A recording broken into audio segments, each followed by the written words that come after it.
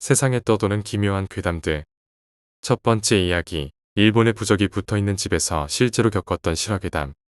제가 유일하게 경험한 영적 체험에 대해서 이야기해 보고자 합니다. 히로시마현 FC 모마을. 그 지방 사람이라면 누구라도 알만한 유명한 장소가 있습니다.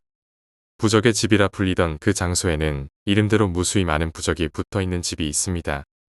헛소문투성이인 다른 곳과는 달리 그곳을 방문한 대학교 친구는 거의 전원이 신기한 체험을 했다고 합니다. 다른 심령 장소와 다른 점은 일반적으로 영감이 없는 사람에게도 보인다고 합니다. 친구의 이야기로는 집 주변에만 부자연스러울 정도로 안개가 끼어 있었어. 그래서 반 장난삼아 안개에 소금을 던져보니까 갑자기 확 하고 안개가 갈라지는 거야. 뭔가 엄청 위험하다 싶어서 바로 도망쳤어. 아무래도 이상할 정도로 영들이 모여드는 장소인 모양이었고, 보이는 사람에 의하면 부적에 막혀 집 안으로 들어가지 못하는 영들이 항상 기웃대고 있다고 합니다. 위에 친구가 해준 말이 정말 인상 깊어서 지금까지 잊을 수가 없는데, 영감이 전혀 없는데도 보였어. 영감이 없는 저에게 있어서는 언젠가 가보고 싶은 매력적인 장소라고 생각했습니다. 어느 날 패밀리 레스토랑에서 식사를 하던 중 부적의 집 이야기가 나왔습니다. 마침 그 자리에 있던 친한 선배와 선배의 여자친구, 친구 S 이렇게 셋이 이야기하다가 S로부터 지금 다 같이 바로 가보자 라는 이야기가 나왔습니다.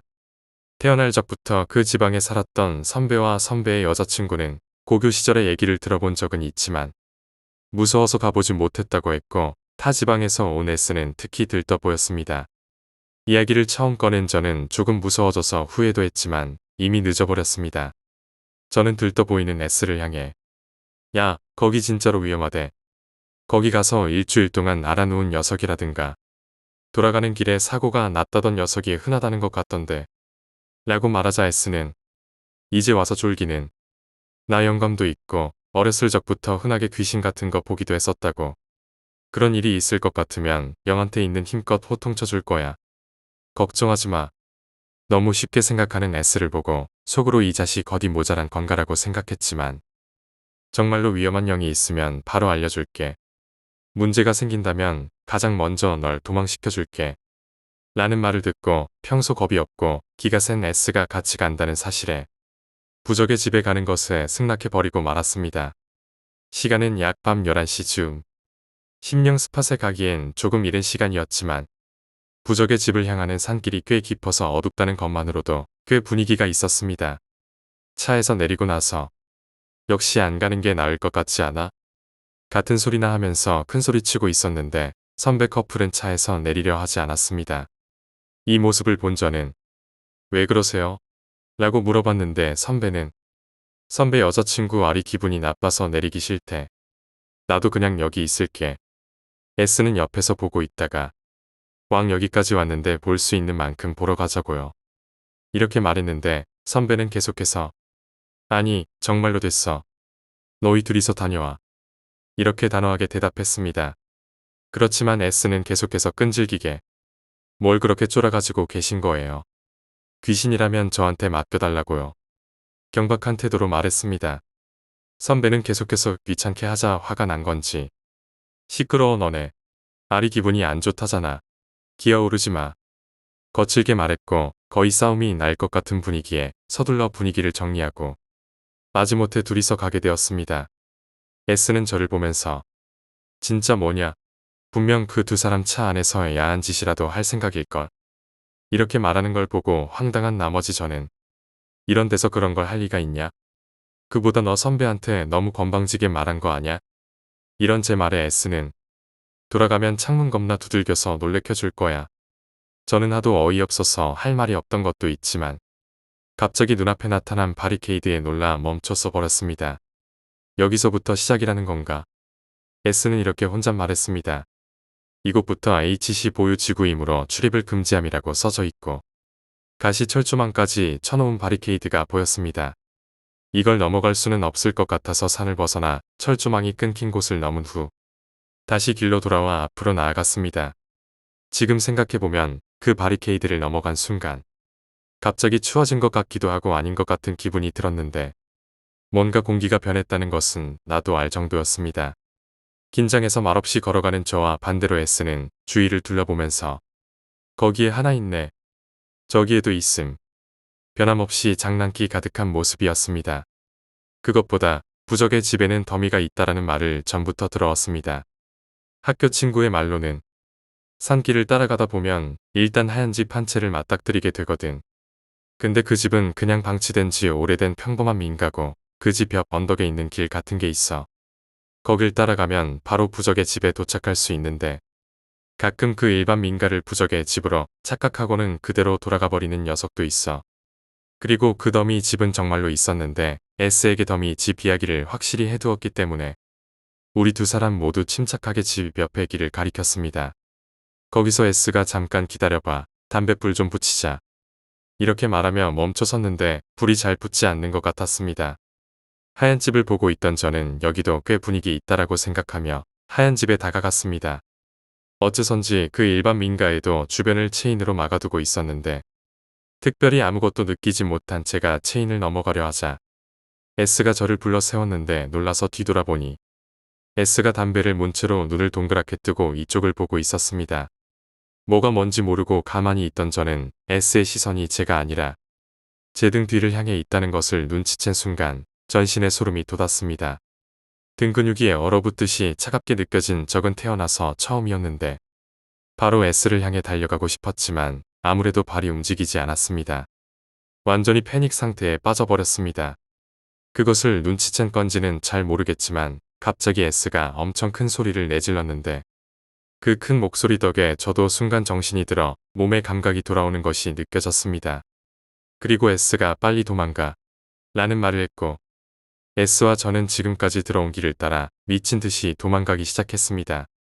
아까와 달리 산길은 유난히 길게 느껴졌고 절망적인 공포감까지 느껴졌지만 뒤를 돌아봐선 안 된다라는 생각이 머릿속을 스친 것을 기억합니다.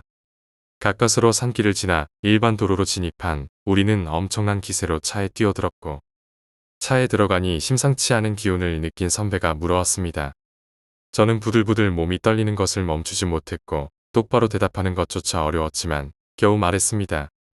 어쨌든 빨리 여기서 나가요. 부탁합니다. 그 장소에서 벗어나고 싶은 마음뿐이어서 이 말만 계속 반복했는데 제 상태가 심상치 않아 보였는지 선배도 바로 차를 급발진시켰습니다. 잠시 동안 침묵의 드라이브가 이어졌습니다. 갑자기 등을 강하게 팡팡 하고 얻어맞았는데 놀라서 옆을 보니 만면에 미소를 띤 S의 얼굴이 보였습니다. 재밌었어? 그 한마디로 모든 상황을 이해했는데 솔직히 S를 때려눕히고 싶었지만 분노 이상으로 안도감, 해방감이 넘쳐 흘러서 단숨에 온몸에 힘이 빠져버렸습니다. 선배도 상황을 이해한 모양인지 100m 너머로 S를 흘겨보고 있었습니다. 이 녀석은 정말 최악이다. 이 녀석과는 두 번 다시 심령 스팟에 가고 싶지 않다는 생각을 했는데 선배도 나와 같은 기분이었을 것이라고 생각했습니다. 평소 다혈질인 성격인데도 S를 혼내기는커녕 여자친구를 달래주고만 있었고 모두가 진정한 차 안은 단숨에 분위기가 밝아져서 S가 아까 그 상황을 재현해 보이면서 마을로 돌아갈 즈음에는 처음과 같이 낄낄대는 분위기였습니다. 마침 편의점이 보이기 시작하자 선배가 마실 거라도 살까? 라고 말한 그때였습니다. 차 지붕에서 큰 소리가 들리며 차 안이 흔들렸는데 선배가 놀라서 급 브레이크를 밟았고 뒤에서 따라오던 차가 클렉슨을 울렸습니다. 선배는 순간 놀라서 방금 뭐였어? 이렇게 말했는데 알은 일단 편의점으로 가자. 뒤에 있는 차한테 미안하잖아. 라고 말했습니다. 저도 뭐가 뭔지 알 수 없는 상황이었는데 한참 생각하고 있던 사이 자동차가 편의점이 있는 곳으로 진입했고 서둘러 차에서 내려 지붕을 확인해봤지만 움푹 팬 흔적 같은 것은 보이지 않았습니다. 가지고 있던 손전등으로 위를 비춰보아도 상처가 난 흔적은 없었습니다. 이상하네. 분명히 뭐가 떨어졌는데 그치? 선배는 이렇게 저희를 바라보며 말을 했는데 무슨 일이 벌어진 것인지 확실히 알지도 못하고 차 주변이나 근처 도로를 얼쩡대고 있으니 S가 차에서 내리지 않은 것을 알게 되었습니다. 차로 돌아와 S에게 무슨 일이야? 라고 물어도 대답이 없었는데 입을 다물고 조금 떨고 있는 것 같았습니다. 이상한 기분이 들어 강하게 어깨를 흔들며 소리 지르자 S는 쉰 목소리로 따라오고 있어. 떨쳐낼 수가 없어. 라고 속삭였습니다. S의 한마디에 전 순간 모두 평정을 잃고 말았습니다. 따라오고 있다니 그게 무슨 소리야? 너 아까는 별말 없었잖아. S는 창백한 얼굴로 떨고 있었는데 어째서인지 선배의 여자친구도 부들부들 떨기 시작했습니다. 어쨌든 진정하기로 하고 편의점에서 따뜻한 음료를 사다 마시며 조금씩 이야기를 들어보기로 했습니다. S는 지금까지 있었던 일에 대해 이야기해 주었습니다. 처음부터 엄청 위험했어. 바리케이드가 있었던 거 기억나? 거기서 일부러 산 밖으로 돌아 나갔잖아. 그때 왜 그랬냐면 철조망이 있어서가 아니라 바리케이드 바로 너머에 사람이 서 있어서 그런 거였어. 너한테는 보이지 않았던 것 같아서 아무 말도 안 했는데 안으로 들어가지 말자고 얘기하면 조금 모양 빠지잖아. 바리케이드를 넘어가서도 영이 완전 우글우글했었어. 산속이나 산길에도 서 있었고 그래도 우리한테는 흥미가 없는 것 같아서 어떻게든 아무렇지 않은 척할 수 있었어. 덤이 집에 도착했을 때 거기에도 정말로 영이 있었어.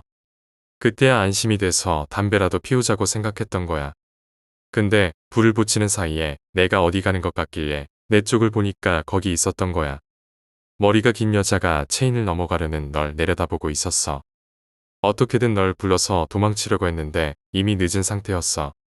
내가 날 돌아봤을 땐 그 여자가 널 뒤에서 껴안고 있었어. 그때부터는 잘 생각이 안 나. 무의식 중에 차까지 도망쳐와서 알만 내려다본 채로 덜덜 떨고 있었어. 너도 바로 차로 돌아왔는데 무서워서 내 쪽을 보지도 못했어. 근데 아래를 내려다보고 있는 내 시야에도 내 발목까지 늘어져 있는 긴 머리카락이 보였어. 더 이상 가만히 있을 수 없었지. 나도 대책 없이 여기 온 건 아니야. 내 나름대로 위험한 상황에 대비해서 준비를 충분히 하고 왔다고. 그래서 내 등짝을 있는 힘껏 때린 거야. 이게 제대로 통할지는 모르겠지만 어쨌든 여자는 없었어. 그 뒤는 잘 알지? 나 완전 기뻐가지고. 그렇게 말하는 S의 목소리는 여전히 쉬어 있었고 모두들 아무 말도 하지 못하고 있었는데 저는 어떻게든 힘을 쥐어짜내어 S에게 물었습니다. 그래서 아까 차에서 난 소리는 그 여자고 그 여자가 아직도 나를 노리고 있다는 거야. 이 말을 S는 아니 넌 괜찮을 거야. 눈에 보이는 다른 녀석으로 갈아탄 건지 내 등을 때린 게 잘못된 건지. 나 지금 솔직히 말하면 거울 같은 거 절대로 보고 싶지 않아. 지금 확실히 말할 수 있는 건 우리 전부 다 죽거나 그러진 않을 거야. 내가 준비한 거 수혜도 알과 함께 온 이유가 있어. 만약에 상황에 아래게 있는 것에 도움을 받으려고. 알은 무슨 말인지 알 거야. S는 떨면서 말을 했는데 이 말을 듣고 알을 바라봤습니다. 그녀는 어떤 대답도 할 생각이 없다는 듯 단호한 표정으로 입을 꼭 다물고 있었습니다. 선배가 걱정해줬지만 S는 집으로 돌아간다고 고집을 부렸고 S가 홀로 자취하는 걸 알고 걱정이 된 저는 S의 집에 머물기로 했습니다. S의 아파트에 돌아온 저희는 술이라도 마실 생각으로 술을 사갔는데 마시지 않고 바로 잠들고 말았습니다. 잠이나 자고 있을 때가 아니라고는 생각하고 있었지만 이상하게도 금방 의식이 흐려진 것 같은 기분이 들었습니다. 의식이 돌아왔을 때 세면대가 있는 쪽에서 무언가를 토해내는 소리가 들렸습니다. 서둘러 세면대에 가보니 S가 변기에 머리를 쳐박고 토하고 있었는데 저는 소리치면서 무의식적으로 S의 등을 몇 번이고 쓸어주었습니다. 변기 안을 본 저는 얼어붙고 말았습니다. S는 피를 토하고 있었습니다. 저는 금방이라도 흐려질 것 같은 의식을 필사적으로 붙잡고 미친 듯이 S의 등을 때렸는데 S가 소리쳤습니다. 저는 울면서 그저 S의 등을 때리고만 있었는데 자던 중이라 약하게 켜놓은 방의 전등이 바람도 안 부는데 흔들리고 있던 것을 선명하게 기억합니다. 얼마나 지났을까? 연락해둔 구급차가 도착하고 옮겨진 S와 함께 구급차에 올라타 병원을 향했습니다. S의 의식은 이미 없었지만 의식이 없는 와중에 제 옷을 꽉 쥔 채로 놓지 않고 있었습니다. 그리고 희미한 목소리로 저에게 나머지는 다 괜찮을 거야. 그게 나 하나로만 끝내겠다고 했어. 내 생각보다 너무 강해. 만약 무슨 문제가 생기면 알을 찾아가. 이 말을 끝으로 구급차는 병원으로 향했습니다. S가 구급병원에서 치료를 받은 후 의사에게 설명을 들었는데 S의 성대가 손상되었다는 이야기였습니다. 의사는 무조건 소리를 지르는 정도로 이렇게 되지 않는다 라며 사정을 물어왔지만 전 대답할 수 없었습니다. 다음 날이 되자 S는 다른 병원에 입원했고 나는 S의 병문안을 갔지만 성대 치료 중이었던 S는 말을 할 수 없었습니다. 종이에 글을 적는 식으로 대화를 하게 되었는데 너무 허무하고 그리고 슬프기도 해서 그렇게 긴 대화는 할 수 없었습니다. 물론 그날 밤에 있던 일을 더 자세히 물을 수도 없었습니다. 한동안 그런 식으로 메일을 주고받았습니다. 곧 퇴원을 앞두고 있던 어느 날 병문안을 가니 S가 없었습니다. 간호사에게 물어보니 어제 퇴원했다라는 것이었습니다. 연락 정도는 해두지라고 생각하며 S에게 퇴원을 축하하는 메일을 보냈는데 통신사로부터 메일이 왔습니다. S는 메일 주소를 바꿨다고 합니다. 저는 나쁜 예감이 들어 서둘러 전화를 해보았지만 번호 자체도 바뀌어 있었습니다. 어쨌든 학교에 오는 것을 기다릴 수밖에 없다고 생각했지만 S는 오지 않았고 나쁜 예감이 적중했습니다. S가 대학을 관둔 것입니다. 총무과에 S의 고향의 번호를 조사해달라고 부탁했지만 학교를 관둔 학생의 전화번호를 마음대로 알려줄 수 없다. 완전히 연락을 할 수 있는 수단이 없어진 것입니다. 그 뒤 약 2년간 내가 대학 생활을 하는 동안 S를 만나는 일은 없었습니다. 시간이 흐른 후에 R에게 뭔가 대답을 들을 수 있을까 싶어 물어봤지만 그냥 그때 일은 다 잊고 사는 게 좋다. 이런 대답만 들을 수 있었습니다. 두 번째 이야기, 버드나무 아래에 있는 하얀 소복을 입은 여자. 어릴 적 부모님이 이혼하셔서 아버지가 계시지 않았기 때문에 다담이 6장 크기의 원룸 아파트에서 어머니와 둘이 함께 살고 있었습니다. 이 원룸에는 욕실이 없어서 매일 저녁 근처에 목욕탕을 다녔던 게 지금도 기억이 납니다. 항상 다니던 길에는 그 마을에서 의외로 유명한 큰 버드나무가 있었습니다. 어느 날 그 길로 집에 돌아가던 날 그 나무 아래에 흰 소복을 입은 여자가 서 있었는데 제 쪽을 빤히 바라보고 있었지만 딱히 무섭다는 생각은 들지 않았습니다.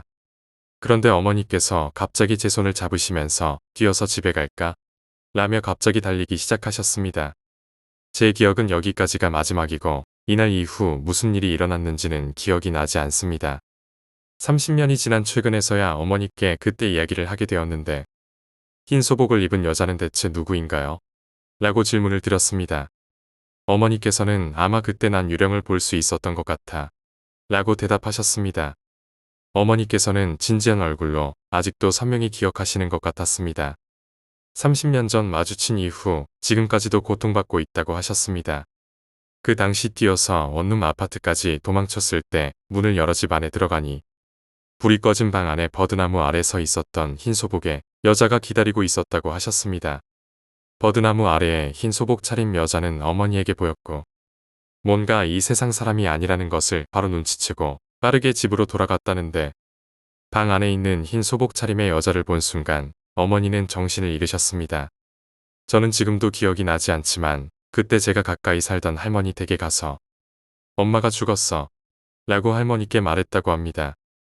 놀란 할머니는 당시 학생이었던 이모에게 저를 맡기고 아파트로 가셨는데 어머니는 아파트에 계시지 않았고 2주 정도 지난 후 3월 20일에 돌아왔다고 합니다. 어머니와 할머니는 그동안 있었던 이야기를 주고받았었다고 합니다.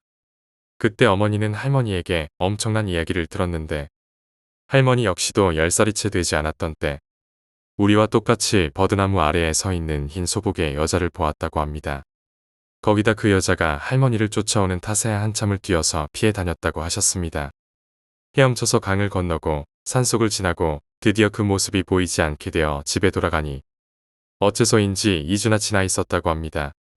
할머니는 체감상이 3시간 정도밖에 지나지 않았다고 느껴졌고 그동안 식사는 물론이고 화장실조차 가지 않았다고 했습니다.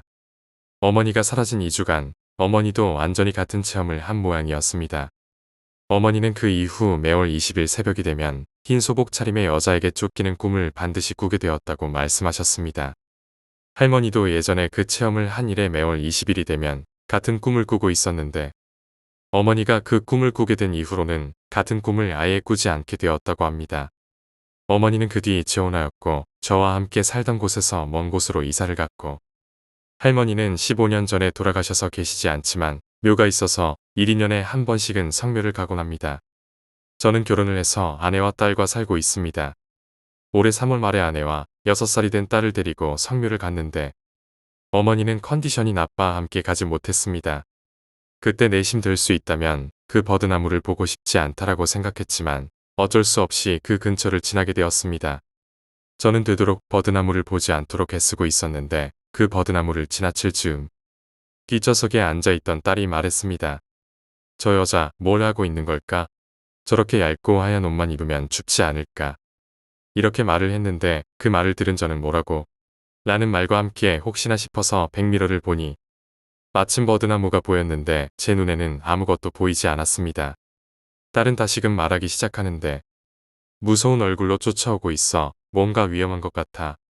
그 말을 듣는 순간 엑셀을 세게 밟아 속도를 급하게 올렸습니다. 아내가 뒤를 보면서 아무도 없는데 무슨 소리를 하는 거야? 라고 말하니 이제 없어졌어라고 딸이 대답했습니다. 매우 좋지 못한 예감이 들었지만 딸을 2주나 행방불명이 되도록 둘 수는 없었고 할머니나 어머니 때와는 상황이 달라졌기 때문에 아무 일도 없을 거라며 스스로에게 되뇌었습니다.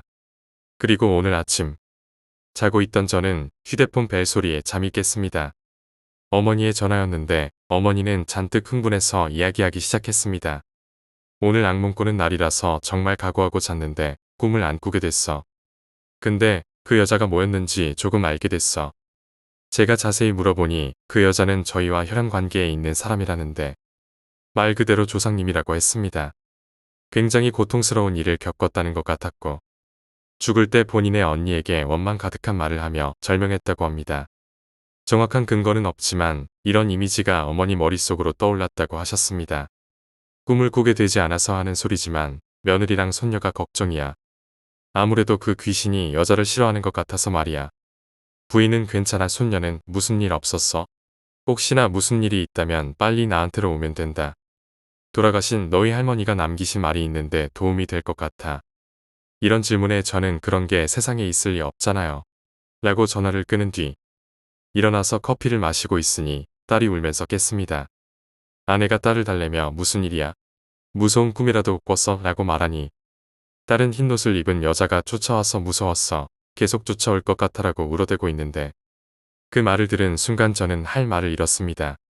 세 번째 이야기, 사람이 죽은 방을 청소하다. 고등학교 때부터 친하게 지내고 있는 친구로부터 들은 이야기입니다. 그 친구는 고등학교 졸업 후에 선불제 비즈니스 호텔에서 일을 하고 있는데 친구가 말하길 호텔마다 다르긴 할 텐데 선불제인 곳은 종종 자살 손님이 발생한다라고 저에게 말해준 적이 있습니다. 실제로 친구도 일하면서 몇 번인가 자살 사건이 일어나서 신고한 적이 있었다고 하는데 무섭지 않느냐고 물으니 귀신 같은 게 있을 리 없고 몇 번 겪다 보니 그냥 무덤덤해진다는 반응이었습니다. 저라면 바로 그만둘 만큼 끔찍할 것 같은데 어떤 면에서는 대단하다고 생각했습니다. 여하튼 그 녀석이 평소에 하는 일은 카운터를 보거나 아니면 객실을 돌며 청소를 한다는데 그러다 보면 당연히 과거에 자살 사고가 있던 방도 청소하게 된다고 했습니다. 그러던 어느 날 친구가 청소하게 된 방 한 곳도 그런 방 중 하나였는데 평소와 같이 본인은 전혀 신경 쓰지 않았다고 합니다. 그리고 욕실을 청소하고 있을 때 갑자기 남자의 신음소리가 들렸다고 합니다. 이런 소리는 간헐적으로 들려왔는데 욕실은 환기구를 통해 각 객실이 이어져 있었기 때문에 옆방 소리겠거니 하고 계속 청소를 해도 소리는 이어졌다고 합니다. 게다가 잘 들어보니 뭔가를 말하는 것처럼 들리기도 했고 계속 소리가 이어지니 결국 뭔가 기분이 나빠져서 욕실을 나와 실내 청소를 하기로 했다고 합니다. 침대 주변을 정리하고 있으니 또다시 신음소리가 들려왔는데 평범한 비즈니스 호텔이었지만 옆방 소리가 들릴 정도로 막 지어진 건물은 아니었기 때문에 더 의아함을 느꼈다고 했습니다. 이쯤 되자 점점 무서워진 친구는 들리지 않는 척을 했고 어쨌든 빠른 속도로 작업을 끝내기로 했습니다. 청소를 하는 내내 목소리가 들리긴 했지만 애당초 귀신 같은 게 있을 리 없다며 전부 무시했습니다. 청소를 마칠 즈음 새 가운과 슬리퍼를 갖다 놓으려고 벽장을 열었을 때 너 다 들리잖아 하는 소리가 바로 뒤에서 들렸고 뒷머리를 손으로 콱 하고 세게 잡혔다고 합니다. 공포에 빠진 친구는 들고 있던 물건을 전부 던져버리고 팔을 이리저리 휘두르며 방 밖으로 도망쳤다고 말했습니다. 평소에 귀신 같은 거 없다면서 웃던 친구가 부들부들 떨며 이야기하는 것을 보니 저까지 무서워졌습니다. 다만 어쩌면 이 경험담보다 더 무서울 수 있는 이야기는 이 친구가 원래 그만두기로 했지만 원래 일하던 급여의 3배를 받기로 하고 아직도 일하고 있다는 점입니다. 물론 자살 사건이 일어난 방은 청소하지 않기로 했다고 합니다. 귀신보다 돈이 더 무서운 걸까요? 생각이 많아집니다. 네 번째 이야기, 방송 스태프의 경험담. 이 이야기는 심령 특집 방송을 제작하는 스태프가 체험한 기묘한 일이라고 합니다. 이런 유해 괴담이나 남양 특집 방송을 자주 보는 사람은 잘 알 텐데 이 스태프가 방송 제작에 참여했던 시기에는 비디오 관련 소재가 많았다고 합니다. 영능력자를 데려오면 불만이 많다는 뒷사정도 있지만 결정적인 이유는 비디오 관련 소재는 제작비가 많이 싸다는 것이었습니다. 최근에는 TV 방송국도 불경기라 그런지 아마추어가 투고한 것 등 테이프 가격을 싸게 받아다 쓰는 게 편리하다고 말해줬습니다. 다만 이건 회사 측의 경영적인 입장이고 현장 쪽 의견은 완전히 반대라고 합니다. 그냥 영능력자를 데려와 교외의 폐허 근처로 촬영을 가는 쪽이 훨씬 빨리 끝나고 제작 효율이 높아 이쪽을 선호한다고 합니다. 게다가 유튜브 동영상의 경우에는 적당히 짜깁기해서 같은 건 할 수도 없고 저작권 문제로 투고자와 이야기를 하여 허락을 구하지 않으면 안 되기 때문에 유튜브의 경우에는 이게 가장 큰 내로사항이라고 토로했습니다. N군도 투고자에게 연락하는 일을 맡은 AD 중 하나입니다. 이 이야기는 그가 어떤 동영상 사이트에서 심령 스팟 돌격 영상을 투고하는 사람에게 직접 연락을 주고받았던 때의 이야기라고 했습니다.